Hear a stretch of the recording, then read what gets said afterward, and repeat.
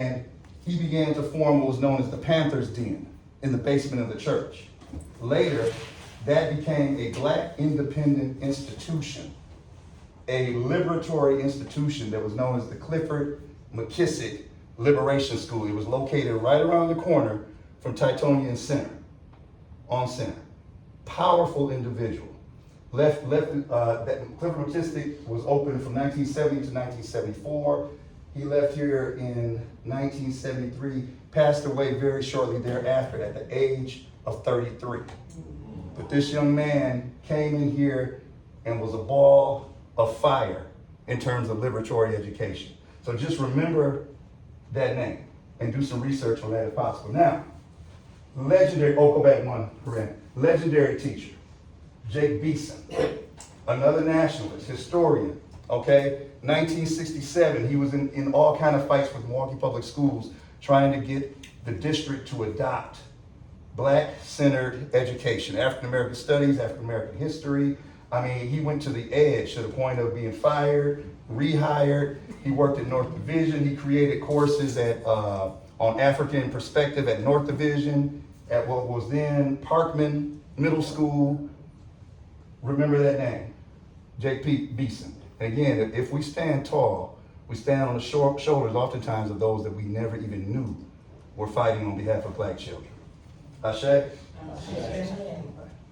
So you came to this session for a reason beyond that I was hollering to come to our room in the hallway, but essentially we'll be sharing with you all a Black Liberatory Education pivot plan, a framework that has a rigorous approach to fostering excellence across the curriculum while confronting anti-black racist capitalism within our schools, because we know that's what our society is, and we know that inherently all of our systems are interconnected, right? So the most well-meaning educator still has some things that they have to intentionally work through, right, that they might miss if that intention isn't present. So we have 3 goals for our session today, and our first goal is to reframe excellence through a Black liberatory lens. And so that allows us to examine how white hegemony, racial capitalism, compliance, and deficit-based schooling shape how black students see themselves and where they're going in their world, right? Our second thing that we hope to accomplish today is to introduce our pivot plan framework. So you all are educators who are working within systems, right? How can you, if not flip the whole table, how can you shift the cup to the side, right? And prevent someone from falling through the cracks, or even seal a crack, if you will, right? And so this isn't a fluffy thing. We want to give you actionable things that you can do on Monday when you tap in, right? Through a practice this summer school and enact in full in the fall, right? And our third thing is concrete, low visibility in school. We don't want nobody losing their job. We don't want nobody getting written up. And we know that in certain schools, you're being supervised by white folks who don't want the black student body to like themselves. Can I say something? Yes. Sometimes you're being supervised by black people who. There you go. Thank you, Doc. Thank you. Thank you. You know, whiteness don't have a skin color. It's the whole social construct. We're going to get into it, right? So that's what we want. Thank you. That's what we're doing, and I hope y'all ready for that. I'm excited, and I appreciate that. So actually feel free to kind of open up and push back or like add to in that way. And I want to just read this quote. So, education either functions as an instrument used to facilitate integration of the younger generation into the logic of the present system and bring about conformity, or it becomes the practice of freedom, the means by which men and women deal critically and creatively with reality and discover how to participate in the transformation of their world. So you're going to do the same because this is just how it is, or you are going to equip students with the tools to shift our world. And we in this moment equipping the leaders, the teachers with the skills to pass down to the students. And I'll pass it back to Baba to tell us a little bit more about what Exodus Collective actually is. So in those 30-some years that I was an educator, oftentimes I found myself operating in silos because of my pedagogical understandings, because of my ideological understandings, especially when it comes to my beliefs about what the end game is for black youth. Even in settings where, and I know Baba G can attest to this, even in settings that were supposedly designed for the African immersion or the focus on our children, sometimes so many different understandings about what it is we're trying to produce with Black youth can come into those spaces, and once again, you can be isolated, silo. This isn't what we're talking about. So I thought about that a little over a year ago. And I said, I know there's still a remnant, that there's still individuals out there in these school systems, public, charter, private, who feel the same way that I felt for so many years. So I said to myself, what can we do to go and gather some of these individuals who have a similar mindset, a similar belief about what it is that we're trying to do with our youth? So that's where the Exodus Collective came for. It's a network, it's an affinity group of individuals operating out of a particular understanding of end game for our children, okay? All right. What we attempt to do within this network of the individuals that we have, and we got folks working in a number of different realms, and these are both in-school educators in formal institutions and individuals working with youth out in community in a number of different ways, whether it's restorative practices, single gender socialization, whatever it may be. These are individuals who are part of the Exodus Collective. There's probably a little over 50 some individuals currently who are part of the collective. And you can read there what the focus of our work is. And Jeremy will be up in a little bit to talk a little bit more specifically about what Black Liberatory Education is. Okay, some of the modalities. The members of the Exodus Collective are operating out of a spectrum. The majority of them are somewhere in one of those modalities that you probably have heard of. All of them are on one end or the other of what would typically be called a culturally responsive, some more quote unquote hardcore, some a little bit softer and focusing on just getting our children settled in a certain way within the institutions that already exist. But as you see, African-centered, emancipatory, healing justice, restorative practices, culturally responsive, revolutionary pedagogy. The members of this collective, almost all of them operate out of one of those modalities in the work they do for Black children. And then of course, with anything that we bring to the schools, and this is something we often ignore, we bring our politics and ideology into the classroom. Mm-hmm. That's a reality. Yeah. And an ideology and politics is already in that classroom before you arrive, because these are institutions that we know are colonized, right, that we know were never designed for the best interests of our children. Right. No matter how many wonderful individuals we've had that go in there and try to do what they do, we know why it was established. Right. They just spend their entire careers trying to bump up against that. Okay? Mm-hmm. So the majority of the folks in the Exodus Collective operate somewhere out of these ideological foundations. So I just wanted to add that as well. Okay, now, just real quickly, and I want to read through this because, again, Jeremy will be able to speak more specifically about Black Liberatory Education. And we could have did this in a reverse sense, but I just want to name 10 things. I keep saying Black Liberatory Education. Well, what are some of the concepts that thematically would be a part of a Black Liberatory Education? First of all, we want Black youth to learn to recognize when knowledge trains adaptation to oppression versus the transformation of the conditions that they live in, okay? We want Black youth to understand how schools, sports, popular culture, the media profit from their talent, from their behaviors, and from their identity. We feel like a child isn't being fully educated if these pieces aren't a part of what they're learning. We can't consider it successful or excellent education if they're not leaving spaces with these understandings. We want them to be able to explore their heritage, especially the heritage of Black resistance. Black resistance to oppression. We feel like that should be a standard part of an ed, from the babies to the 12th graders. That should be a standard part of the education that they receive. Okay?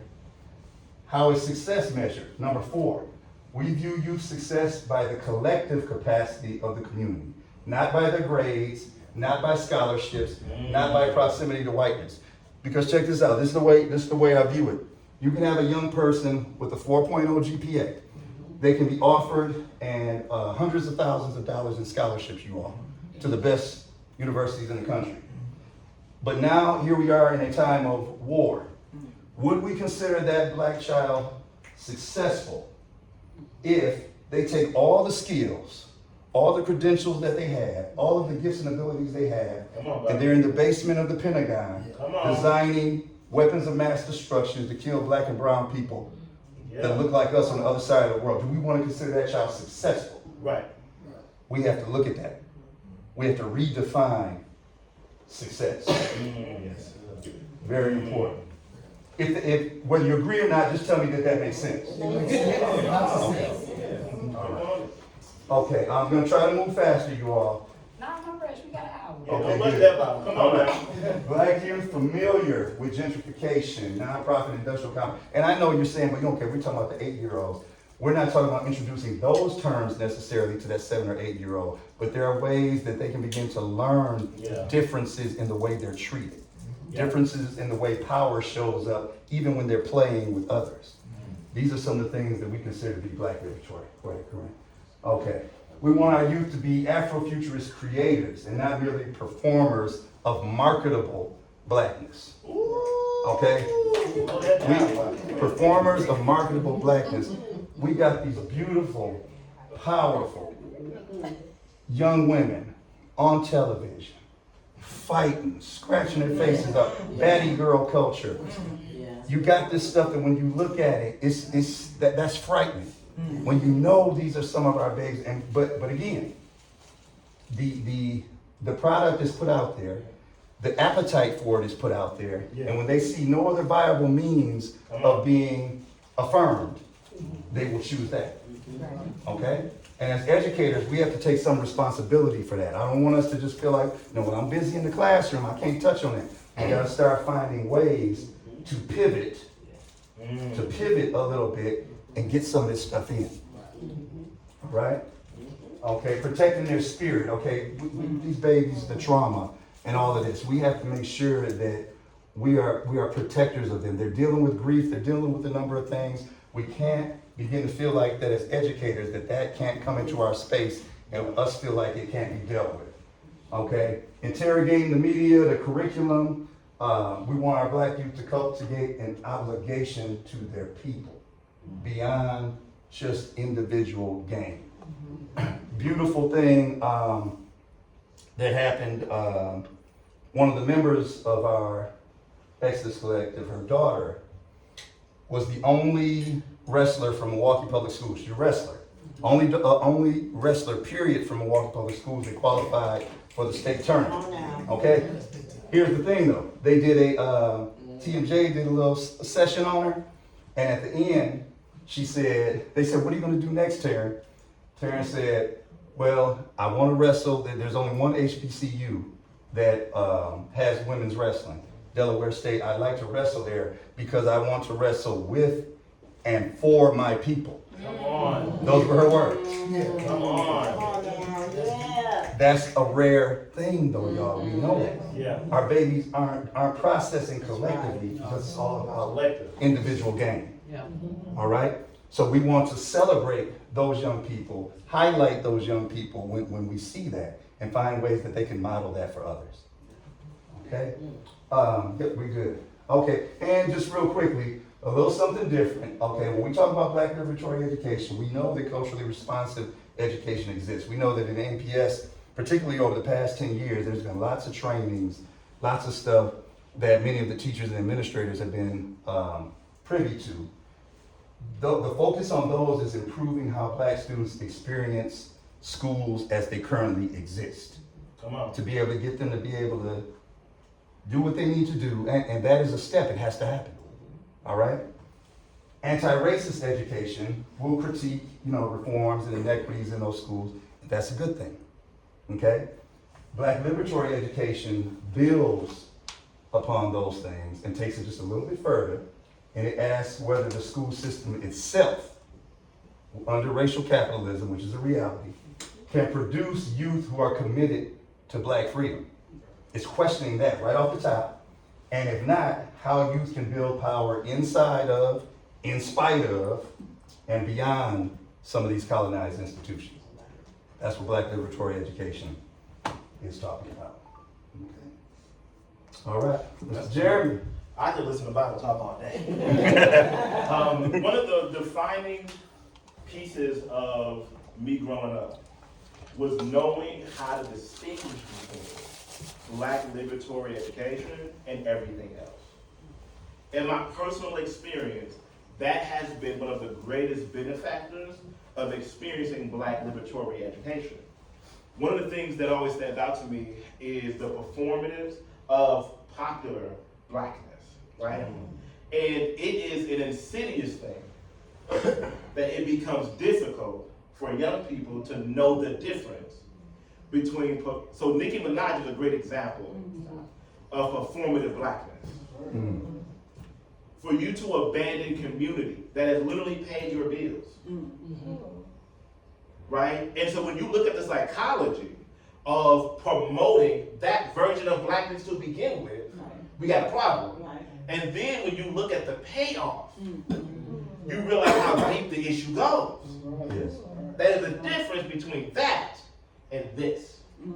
And so being able to articulate it for me came from the fact that I actually experienced it. So 15 years ago, I was a part of Urban Underground, and I got a chance to teach at a school that Baba actually was the principal of. Both of those experiences put me in Black liberatory education, and here's the thing, I didn't even have the language for it. I wasn't walking around going, I'm practicing Black liberatory education.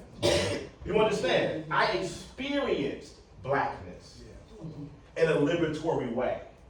I didn't intellectually understand Blackness in a liberatory way. We're trying to make sure we position ourselves to help our young people have a soul that is liberated. Yes. Soul. My spirit experienced liberation. Yes, sir.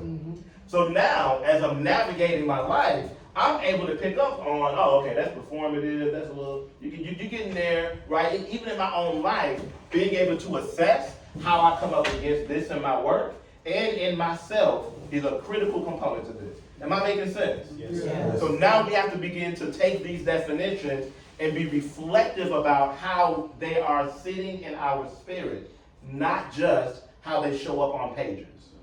Okay? And so Black liberatory education is teaching, socialization, and restorative methods. All three that acknowledge the experiences, like I just did, and realities of Black youth, and challenges.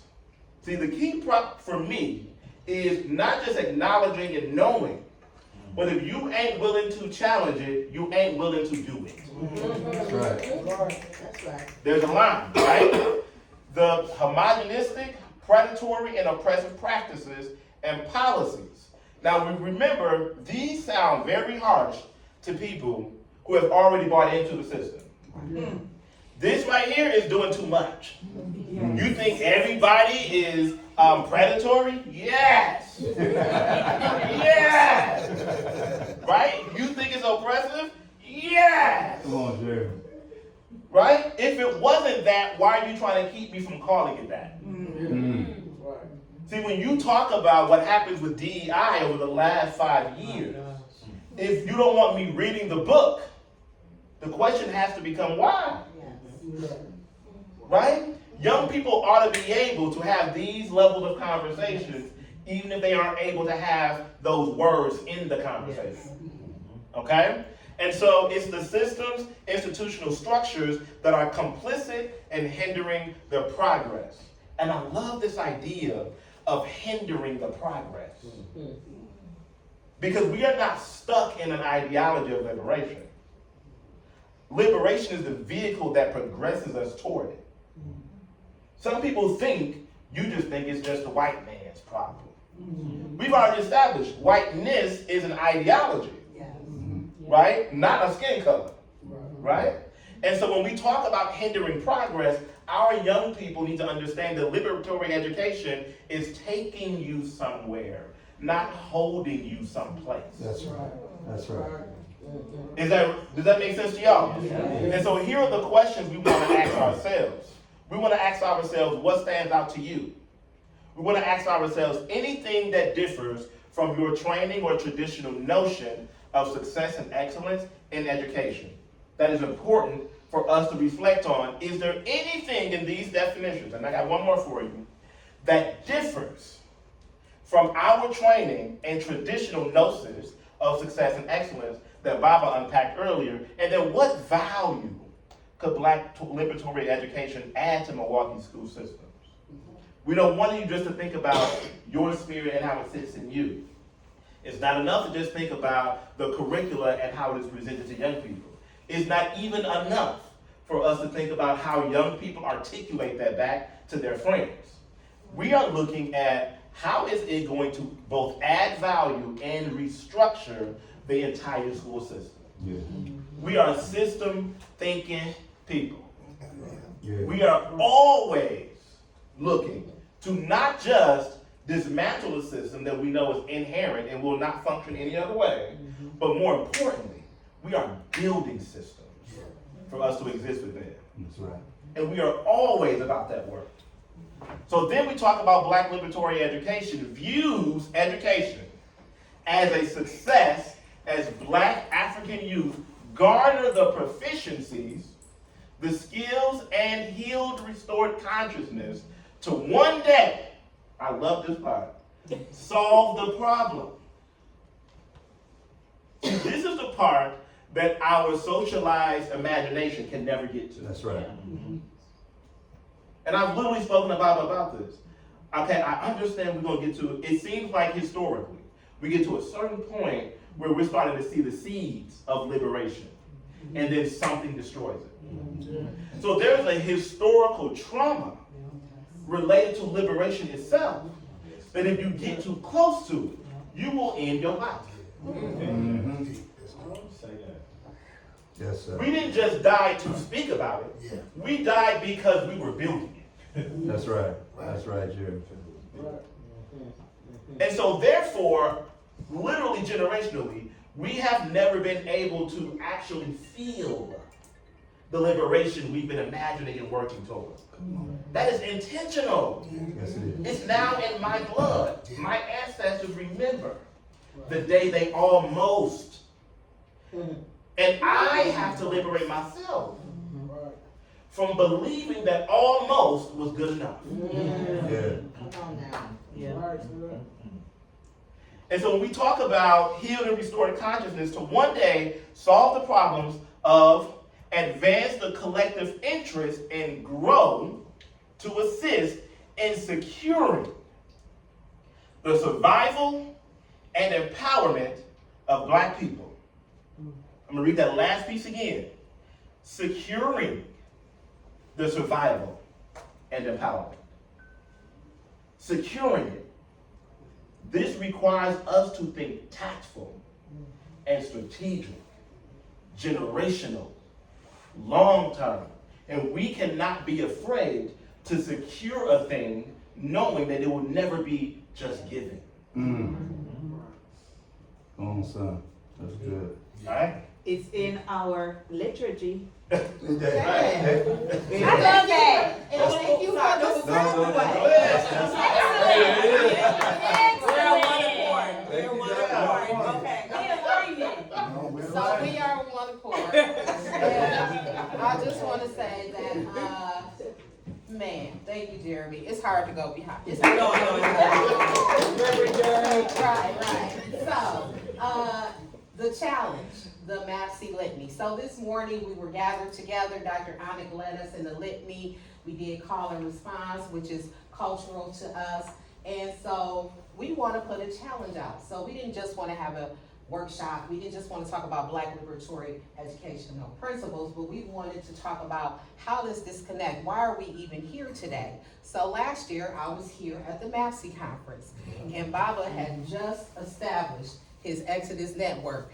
I had a previous event I couldn't go, but we were having a meeting that morning, 8:30. I was in that hall, and I was like, Baba, I'm at MMABSE. He said, well, go and see what you can find out. So we went, we did the opening. So I called him back, I said, Baba, the litany aligns beautifully to Black liberatory educational principles. And so our challenge is this morning, we went over the litany.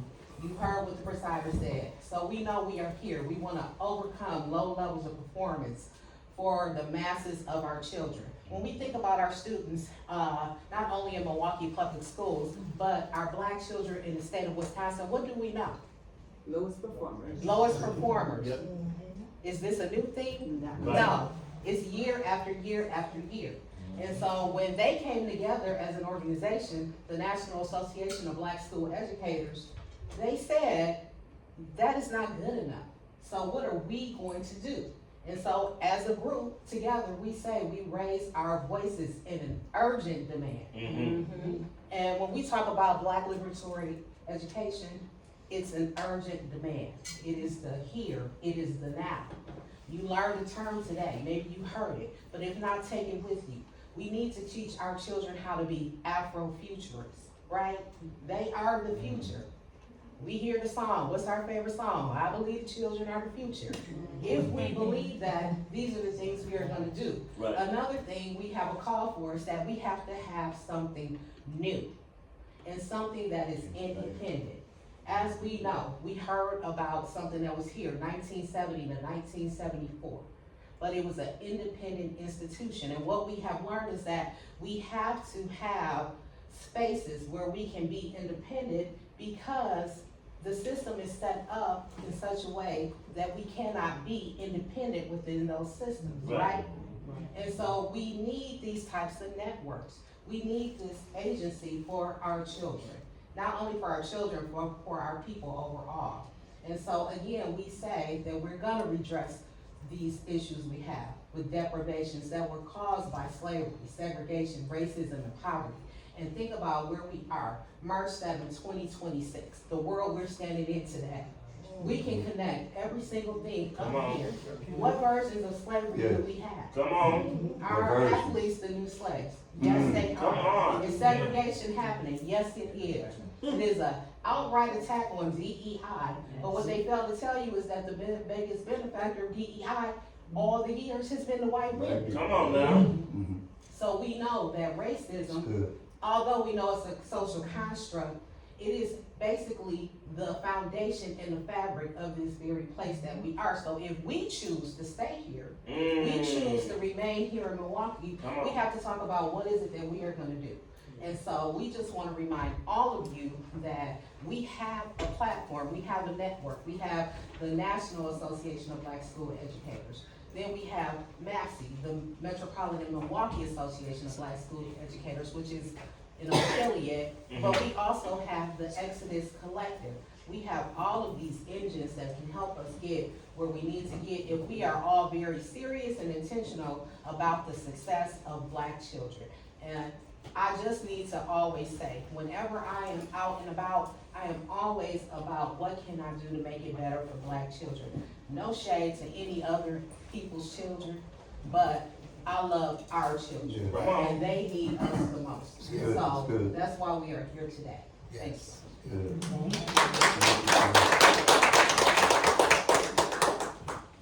So, as educators, we know that the school isn't the only place that liberation is intended to occur. It's supposed to occur, and it can't only occur in those spaces, right? So, I want to introduce to you a Black Liberatory Education ecosystem. It has 3 tiers, right?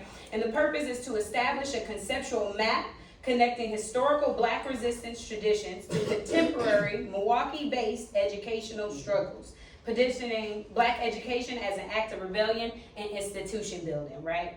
So education is a site for either white domination, right, and white hegemonic ideas where people are reiterating what the white folks want us to know that keeps us being like, this is just how it is.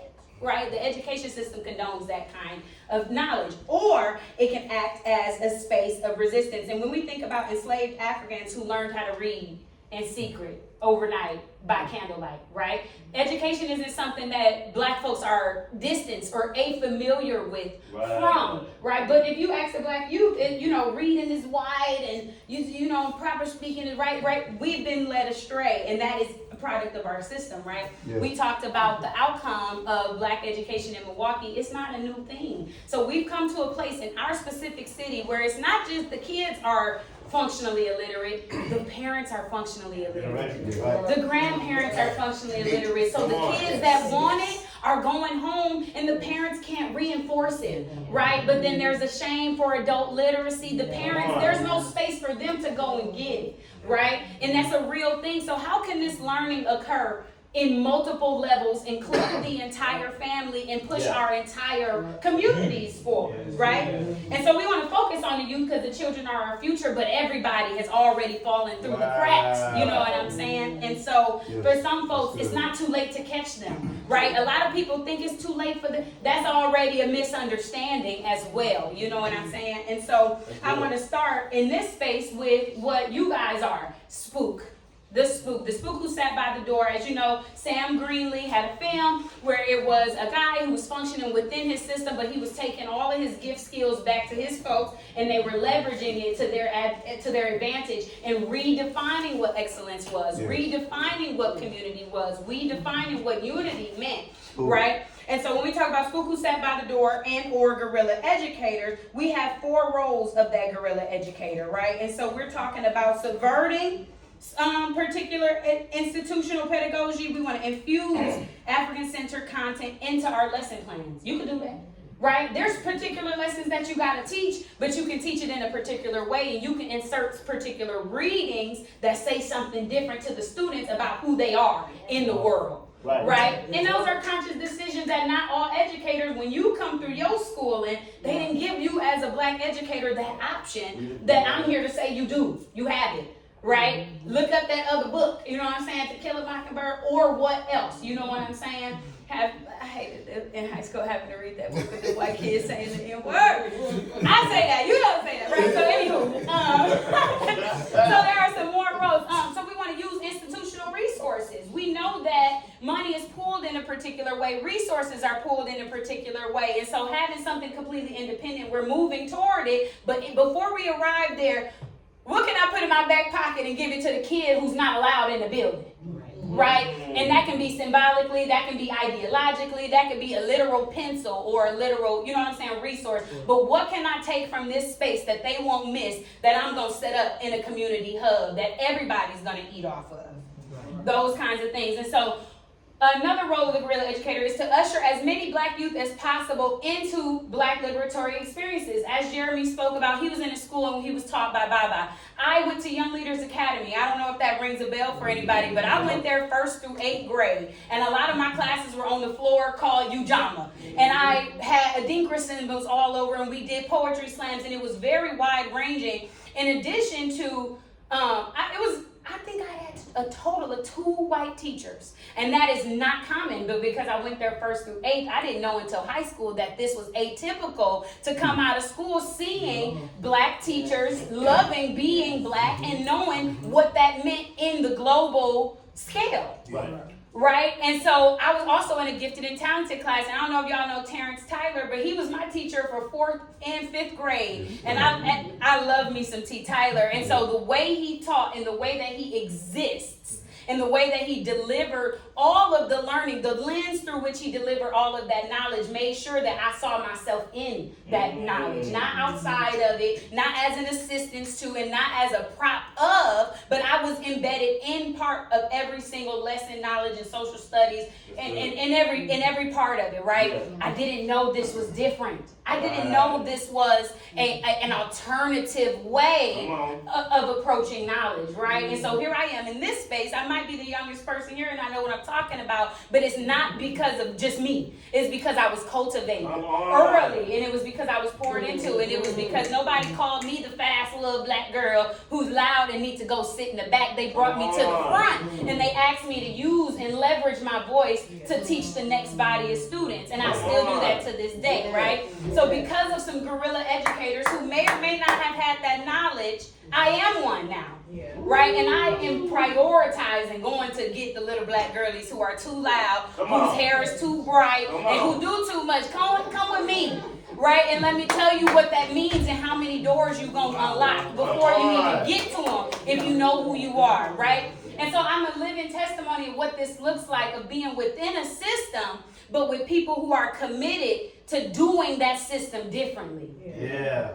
So that's our first tier, right? And then how else does it show up, right? I did that in that way. We have hush harbors, right? And we're thinking about this being a secret gathering space. We talked about reading in the night under candlelight, right? We talked about where people worship. We talk about these healing spaces. We talk about where Black folks are going to be whole, and they're going to make themselves and make their community whole one way or another, be it without whiteness's permission and outside of their gaze, right? And so hush harbors are off the grid, safe spaces for Black youth and family to engage in Black liberatory education and socialization experiences. We told you socialization is not just education. Do you know how to resolve conflict? Do you know how to talk to folks? Do you know how to agree to disagree? Can we hug it out? Can we disagree and still be in community? These are absolutely necessary skills that are going to contribute to the liberated future that we're radically imagining in these times. It's not only about reading the book and reciting what it said. Can you hold me? Because you know, Pookie and them passed away and da-da-da-da-da, right? And some of these kids are not bad, they're sad. Some of these kids are not rambunctious, they are hungry in real time. And so can you see that on somebody, meet that need, not shame them, and then still get that knowledge to them? And in what circumstances? Because it's not always in the school, right? And so the characteristics of a place such as this has a particular curriculum which is African-centered, and it's focused on identity, real history, global history, not just American history, post-slavery, right? And critical consciousness. It has emotional and spiritual healing practices, and it has practical survival and resistance skills. CPR, stop the bleed, again, conflict resolution, self-defense. We're using all of these skill sets in our collective future. If we want to get off of white man city, we got to figure out how to do some of these things ourselves. There's a lot of the government just gonna, the they that's supposed to. Who? You. Who? It's us. And it's a simple mind shift, right? And then now if we understand that it's us, okay, now if it's me, ooh, do I know how to do that? Come on. What my neighbors know how to do? What in my community, you know what I'm saying? If I know how to draw or I know how to speak, but da-da-da, and this person knows how to cook, I grow food, but I don't cook. Work for damn, y'all. So it's different things and I need to learn how to, but I got veggies, I eat, so it's about building communities and sharing that knowledge in informal ways and just taking a step away from the structure that will say, no, that ain't how you're supposed to do it. Yeah. Right? So eliminating some of those rules, but still having the structure, still having a controlled container through which this unlearning happens. Because unlearning is inherently chaotic, and we know that. Right? So what does it mean to maintain that there is a container that this work is occurring in, and there is a passageway that we're working our way. You're not just gonna go from this to that. There's steps in between, and the hush harbors are steps in between. And when we arrive, we will be at a space of a palmaire. Right? So this is a maroon settlement. It's a community of escaped African Americans who built independent society. Some examples of those are the Palmaires in Brazil and Nannytown in Jamaica, right? Where folks who, I'm taking control of this ship and I'm taking it where I want, and then I'm going to build what I want when I arrive. You're not taking me where you want to take me. I'm establishing this in myself. And I believe that is in Alabama, the last ship, which was illegally arrived, it was called the Clotilda. It's called Africa Town right now. The last ship of folks who, it was, I believe it was 70-ish years after the Emancipation Proclamation, somebody smuggled a whole boat of whole people still onto this land and burnt the ship. Those people who still have retained a lot of their cultural heritage because they were the last to come over was like, I don't know what y'all doing over here, but the races are not even that strong. Actually square up or else, and they established their own town, and it is still called Africa Town to this day, where a lot of rich heritage is cultivated and is made of those people who arrived illegally on the Clotilda ship. Y'all can look that up. I might have the years a little wonky, but that happened for real. So Clotilda is the name of the ship if y'all are interested in continuing to do that research. And so the core function of a Palmaire is education and training. It's a resource hub. It's a cultural and political center. So we're now building power. We're no longer like singing Kumbaya, holding hands and hugging now. We are politically organizing. We are putting things in place. We are identifying representatives who are going to carry out our motives, and we are generating ideas of how we're going to hold them accountable. Pipelines are intertwined. We're communicating with one another. And I want y'all to know in this moment that all of these systems interact with each other. They are not one and then two and then three. At all times, these things are interconnected because America hasn't burnt down yet. It's coming. But in the meantime, what we're going to do. And so how is this going to be sustained? Because folks like to say that, you know what I'm saying, they like to subscribe and kind of believe some of the things that anti-black whiteness tells us.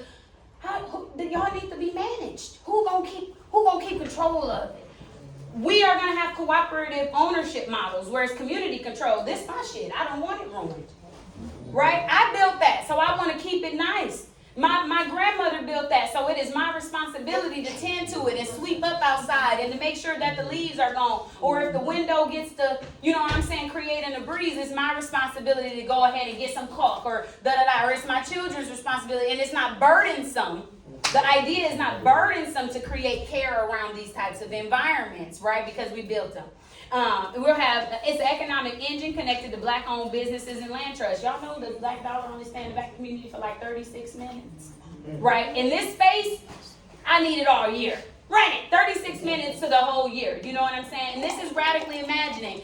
When we talked about that Afrofuturist word, the way that I like to think about it is radically imagining black folks in the future thriving. Right. Not just getting over, not just a few people get to make it. We're way past the the bootstrap myth, right? We are unencumbered by oppression. Our kids wake up and do not know what it means to be black because it doesn't have a social consequence. That's where we're moving. Mm-hmm. And so how do these things work with one another, right? It kind of helps us see how these systems speak to one another and interact all together. So these three tiers are intended to weave a blanket over Milwaukee's black community. And let's Afrofuturistically kind of imagine the next 10 years if we commit to this, right? The first phase would be organizing and assessment. We'll identify guerrilla liberatory educators currently embedded in schools. Y'all, you showed up here. It's y'all. You want more for your student body, right? Boom. We're mapping and supporting existing informal hush harbor spaces. Who got a barbershop? Who got a book club? Yep. Who has a backyard again situation? Or who is constantly doing the barbecuing and you know kids in the neighborhood know it's you? Mm-hmm. What can I arrive and read a few things to those kids over the baked beans? You know what I'm saying? When we put our hands together and pray, what does that prayer look like? And what knowledge can we embed into those spaces? You know what I'm saying? Yeah. We are in our first phase assessing community resources, potential sites for Black Liberatory Education Maroon Hub. Who basement is big enough to hold 25 people? Can I bring a pillow? We need chairs, we need wine, what we bring into this space. And can we come bi-weekly on Tuesday from 6 to 8:30 and whatever we need, we there. And we bringing it there. And not that it's burdensome on the host, but you know what I'm saying, right? What meal trains can we get set up? There you go. Who's the artist? Who got a station? Who got a place where I could sell the thing? You got the paint. There was a fruit workshop happening that, you know what I'm saying, where we organically creating the art supplies, right? What's going on? That's phase one. Phase two, we're building networks and infrastructure. We're developing secure communication channels between guerrillas and spook educators and hush harbors. So when the kids who don't have nowhere to go and you know they waiting after school for 2 hours because their mama got 17 jobs, where are you going to drop that student off so that they continue to be engaged and that they don't start feeling disposable? Ooh. And if you know what I'm saying, you the one waiting, and instead of us both with our arms folded sitting outside the school, where we going? You want to eat? You want to read something? You want to watch something? I know somebody who can cut your hair right now. I know somebody who can, you know what I'm saying, teach the girlies how to braid right now. I know somebody who could teach you how to crochet right now. We get this hour every Thursday. I know your mama's schedule. Come on. Right? And they don't want the kids coming home with the teachers no more. They don't want to, you know what I'm saying? All of that. That is intentional disruption. Those kids are safe. Most. With us. Right? Let me say this real quick, Corinne. And some of the hush harbor spaces that Corinne is describing, those spaces where we want liberatory education to exist, that is outside of formal institutions. Like we have some of those individuals in this room right now that are part of the Xodus Collective. Mike Taylor, who does incredible work with youth around restorative practices. Joseph Wilkie with the music and the hip hop and the culture. Kwame Antone Nixon, who I consider to be a Jegna for over 25 years now. He's back there in the back, has been using his gifts on behalf of Black youth in both traditional and alternative settings. And then also utilizing spaces like the barbershop, like G's Clipper, for young people to be able to come in and receive understandings that we may not be able to get to inside the formal classroom. So what Corinne is describing is some of the stuff we got to do in the schools, some of it we do out in the spaces, and then ultimately one day, additionally, you may have a formal institution that is a hub of all of this. That doesn't mean the other things disappear. Those have to keep happening, but one day that other piece may exist. Okay? Does that make sense? It makes sense. Okay. So during phase 2, we're fundraising and we're acquiring land and we're getting those other definitions of power underneath our belt, so that when we reach phase 3 and become a part of our full ecosystem is activated, right? So that means that the Xodus Collective is taking the lead in coordinating liberatory education efforts across all 3 levels. We're hosting an annual citywide gathering such as this to celebrate, to strategize, to retake inventory, and to keep notes of what goods amongst our community is still real. Yeah. And we're creating a sustainable funding stream to ensure autonomy, sustained autonomy within these communities. And so the Maroon Settlement is something of the future. It's Afrofuturistic, if you will, right? We know it's not the Boys and Girls Club, but something similar. Think of that at scale and think of it being Black as hell. But with literacy though, with requiring healing circles, with us knowing how to use our words, with us knowing how to be together. Say that. And I mean that. And so, yeah. Any questions, wondering about me? I know I'm just going on.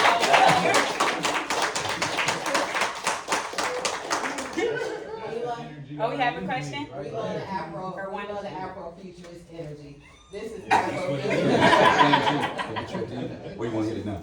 Go ahead. Well, I do want to bring your attention to time. It is a factor. How many minutes we got left? You have about 10. I'm only 4. Okay. I can be 4. All right. I was supposed to be 10, but I'll be 4. Okay, all right. All right. And then you do have questions. Yes, we I got Dr. okay, Gazzy so I'm with a gonna be question. quick. Okay, so you heard all of that information. I'm sure you are processing and you were like, okay, so now what? So I have a direct plea. I'm talking specifically to our current educators. I'm talking specifically to our current building principals, because you are there, you are in the work. So the question for you is, how as a practitioner do I pivot if the current system that I operate in does not operate from a Black liberatory framework? Well, you've heard lots of information, right? But what we want you to realize is that you are not gonna flip the entire institution overnight. For some of you, you probably just really starting the process that you are actually in the system and that you have been conditioned to be complicit in the system because we didn't know anything different, but now we do. So understanding that you're not going to be able to do that because policies are there.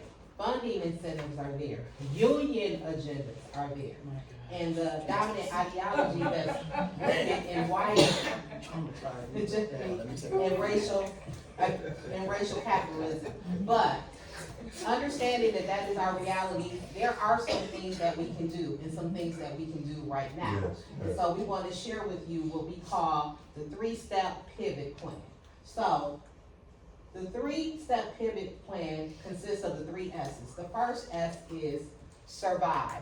Right now, you are surviving in the system. My building principals, you're surviving. You're surviving to try to make sure you have highly qualified teachers. You're surviving to make sure you have the staff you need to help support your students. But what you have to do is you have to get clear on your red lines. What are your non-negotiables? Right. Every educator should have non-negotiables. And you have to understand what is the role that you are going to intentionally take to reduce harm reduction? But you still need to build the appropriate conditions for our Black African youth. So, as a person that survived, this is what you need to do. Then, okay, Dara, I hear that, I can do that. I have to teach the curriculum. I have to make sure they pass the test. We getting ready for forward season. I know y'all have been here like, oh my God, here we go. I've been hearing all about it, right? So, that means that you are in the machine. The forward test is a product of the machine, right? And so, what are those daily moves that you can make, because you do have to teach the standard required curriculum, but as Corinne said, we're asking you to have a mind shift and shift from, okay, I'm gonna teach the mandated text, but I'm also gonna now operate with a Black Liberatory lens. And so what does that look like? You can start to build those essential questions. Anytime you teach any subject, 9.5 times out of 10, it is a Black historical figure that is connected to it. Your homework is to go and find out who those people are. Go out and find out about the powerful, important Black educators who were here in the Milwaukee community. I often tell people, I'm something a little different. A lot of people came to Milwaukee, but I was born in Milwaukee. I have gone to school in Wisconsin my whole life. So I am not only from Milwaukee, I'm of Milwaukee, right? And I had a lot of these same things that you're hearing about today growing up, which really made me the person I am today. So it's our turn to do that now, to lift those people up, like Baba told us about the school that they had. So it's very important we do our homework. So when we are subverting and we are inside the system, we need to consider these questions. Who has power here and who doesn't? Understand what power you do have. You have some. It may not be all that you want, but you have some. And when you're thinking about how you want to subvert the system, you have to really think about how the situation you are in reveals anti-Blackness, exploitation, or domination. And finally, we need you to seed. Seed is important. We have to plant, right? And so how do we seed? We start to build our own small liberated zones for long-term alternatives. So we want you to do what we call create micro sanctuaries. This can be your advisory, this can be your homeroom. A lot of your schools, you have CLCs. You're always trying to figure out what programs to put in there. Those are prime opportunities for you to do those things. You can do things to infuse interscholastic athletic practices, Black student action, and you should start to have the conversations. Everybody heard of the book Courageous Conversation? As leaders, I'm always encouraged, you gotta have a courageous conversation. This is what you need to do with your kids, right? So you need to talk to them about racism. They know racism is real, and sometimes people may think a 7-year-old does not know, but they will come and say, Miss Dara, he would not play with me. Miss Dara, he called me the N-word, and he's 7 in 2nd grade. So we have to start having those conversations. Help our students to write, help them to write. And so the 3 points for pivoting, we gave you that. Go. Okay, and so the essence of an in-school liberatory pivot. Number 1 is to protect the spirit. Number 2 is to explain the system. Number 3, we have to teach navigation. Number 4, we have to build collective identity. Number 5, we have to alter the environment. And number 6, we have to transfer liberation beyond school. Yes. Thank you, Dara. Thank you. Listen, you all, 5 minutes? We have 5? Yes. Okay. How about 4? Okay, listen.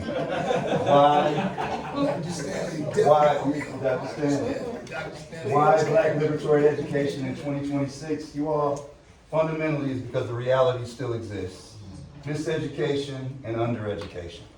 Miseducation and undereducation, no matter where we're looking, charter, NPS, private schools, miseducation, undereducation is producing for our Black youth mass failure in a number of different ways, academically, culturally, psychosocially, them not knowing who they are, who they should be connected to, no type of communal understanding or sense of purpose beyond self. That is mass failure, okay? Misguided intelligence, meaning We got those young people, like I said, they're coming through, they got the grades, they got the skill sets, but if they have absolutely zero consciousness and commitment towards the collective development of their people, we can no longer consider that itself solely excellence. We have to be careful with that. We have to redefine excellence. Okay, and then finally, there's the self-destructive brilliance, because we know of all of these talented young people who are out here being exploited and extracted in a sense that is committing a form of genocide and cultural genocide against our children. So as long as that exists, there's a reason why Black Liberatory Education would be necessary. And let me just give this one example. And I was just thinking about, and then we're done. I was thinking about when I saw Mike over there, who used to play in the NBA, professional basketball, and doing wonderful work with children now. When we talk about the AAU program, right now, all of our young people, Coach, that are coming through AAU with these gifts and talents, the level of exploitation and extraction that occurs, from their ability to envision anything else to just fundamentally being used and abused and later discarded. One of the things that we're currently working on is getting with some of these AAU coaches who have our children in the palm of their hands between March and August of every year. We want to get with them, train them, challenge them to create liberatory settings. This would be a hush harbor. Liberatory settings where if you're going to come hoop for 2 hours, for 20 minutes, we're going to deal with some of these liberatory understandings so you can understand your place and your space under this exploitative framework. That's some of the stuff that we're starting to talk about. All right? Before we go, Baba G, go ahead. Well, listen. He gets to say what he I'm wants gonna to say say. this. First, I'm gonna say this. Okay. Say what The he next wants. session, y'all don't go that long because y'all need to have a conversation. Okay. And this is worth it of a conversation. And the reason I'm thinking it's so timely is I've been a member of this organization my entire career, which is 30 plus years now. I've seen it from all over the country. I network with all the presidents. I used to be the president of this organization. I sit currently, even in retirement, sit on the National Association, some of their commissions. What I'm saying is this, I hear these conversations happening all over the country. And what I told Barbara earlier is that the timing is perfect for this shift. And so when we're talking about pivoting, not only just the ideology, but the utilization of the organization, the infrastructure that this already exists. MMABSE is a thing. It is a real thing. Nationally. real. And listen, I'm telling you, I gotta nationally, speak after when we go places, people know who we are. As a local affiliate.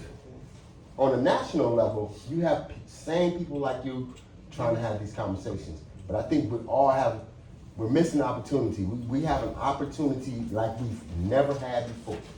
One, we have the infrastructure already there. We just need to shift a little bit. And then two, like throughout this journey of 30 years plus years, I've gone through several phases. Like one, it's like, okay, I'm trying to get my career off the ground. I'm trying to make sure I take care of my family. But at the same time, I want to look out for my people, right? And then you got a network to do that. And I've always kind of used MMABSE, whatever, to do that. When Baba showed me like 10, 15 years ago, we had a conversation. He said, Baba, he said, you can get real good at going through the back door and just like knocking down trees. I never had the courage that he had to just kick the door in. I ain't never had that courage. I had that courage, but I would always try to find a way to go through the back door. What this gives us an opportunity to do is directly confront it, because like no other time in this world, Right. do our children have the authority and position to be able to say, I don't need y'all. I don't need your money. I don't need your job. I can create my own job. And it's happening all over the country. Yes, sir. And these young podcasters and influencers, they're changing the game. These white folks don't even know, excuse me, these white folks don't even know how to deal with that. Because they don't have to answer to them. Right. They don't need their money. They get money direct to consumer. This is an opportunity to take this ideology and go direct to consumer. Thank you, Dr. Thank done. you, past president. Jeremy, did you get As that? current president who's phasing out, I have to say this. We need you to join MAPSE. As Dr. Gallion said, this vehicle has been in place. As Dara mentioned, it's a part of MAPSE's litany to do this. I have to tell you that when we say we're one of the oldest affiliates in the country, but we're still the only one in the state of Wisconsin, that speaks volumes about the resistance that exists in this state.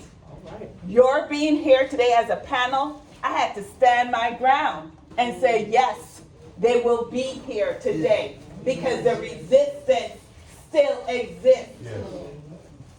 Yes. Thank you. So I'm just saying this because if you all don't become members of the Metropolitan Milwaukee Alliance of Black School Educators to breathe life into what they brought to us today, who's really looking out for our children? Right. As an educator coming through Milwaukee Public Schools, the reason I had the resistance level that I had was coming to conferences like these. There was an instructor by the name of Taki Ratan. Okay? That's where I went outside of your traditional educational system to learn about how to be in the classroom, but still do what you need to do and get the children. I have people who came through as student teachers of mine who said, I didn't quite understand what you were doing in your classroom. But as they elevated through the system, they're like, made sense. You don't have to be loud. You don't have to be him. he did it different, but I'm saying we cannot, my phrase that I used to say to myself, if you are not conscious going through the system, you know, stop it, you know it's a compliment. If you are not conscious of what you are doing, you are unconsciously perpetuating what was put in place to exist. And I already declared, I don't want to be a part of that. I love it. Okay, so you, at some level, you have to decide where you get in. That's my pitch for, please see our membership chair and become a member today. Jeremy, real quick. This QR code gets you the Exodus Collective's 3 pieces documents, including pieces around how to pivot, and also we actually included in there ways in which you can benchmark how you educate young people and pieces that you bring into your own curriculum. So this is going to be extremely important for you to walk away with the information we have today in a format that you can study and you can apply right now. Yeah. And there's a manifesto in there, you all too, that I think you'll be very interested in. About 7 months ago, I wrote what was known as the MKE Black Liberatory Education Manifesto. It's a 9-page document that lays out from the heart why I feel this is necessary. So please peruse that when you get the opportunity. Please do. Please, on the back of at the end of your program, there is a QR code to give us feedback, to evaluate what you're getting through this conference. If you sat in this room, I know you need to make sure you put that on your survey. I agree. That the panel, I'm not trying to sway you anyway, that the panel was very worth your while. Give them a round of applause, please. We got 10 minutes before the next group come in. I'ma stay. See, Y'all gotta say, I'ma stay. We got 10 minutes before the next day. How do we get this to all the educators? They don't want it, we're not forcing it on them. They gotta seek. Some knowledge you gotta seek. Yeah. Yes, ma'am, I'm misspeaking. Thank you. If there are more questions, I am still, come on